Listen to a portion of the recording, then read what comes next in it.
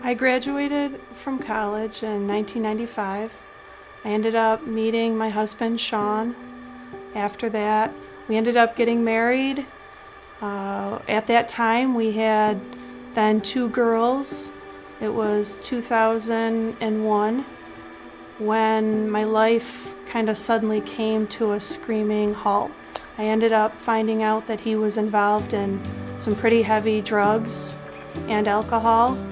During that time, I ended up crying out to the Lord, really searching where I was and where my faith was. The Lord spoke to me and also to Sean. Sean ended up coming to the Lord and going into rehab. He cleaned up his act. He stayed away from drugs and alcohol for 12 years. And during that 12 years, we found a home church. We ended up serving at the church. We were deacons. We ended up later on having 2 more children. Things were busy, but things were good. At that time, it was 2013, 3 years ago today. He just left. We woke up one morning and he was gone. He abandoned myself and 4 kids. Sean ended up making a choice between his former life of drugs and alcohol over his family and God. We were all in shock. I walked around for weeks not believing that it was really happening. Just the feeling of abandonment was too much to talk about.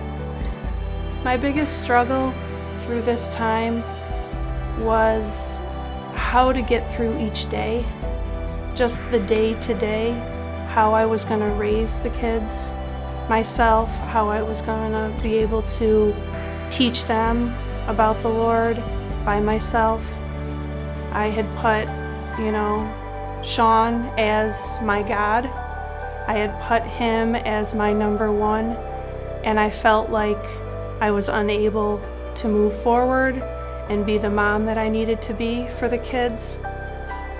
God showed up for me in many ways during that time, through his scripture, through his word, through my family and friends and church family, through my counselor. His mercies were new every single morning, because as I would go to sleep with tears, the day came and I was able to reflect on his word and know that he was with me. I wasn't expecting this, but now, 3 years later, I am married to a wonderful, godly man, Michael. He loves the Lord.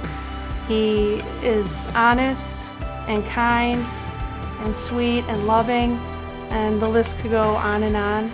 I'm thankful for the Lord for bringing him into our life to be an example of what our Father is to us and what Michael is now to the children. It is well with my soul means to me that Christ is in control of everything, that my circumstances, that my life, the chaos, the hurt, the pain, none of that really matters because God is in control. Even so, it is well with my soul.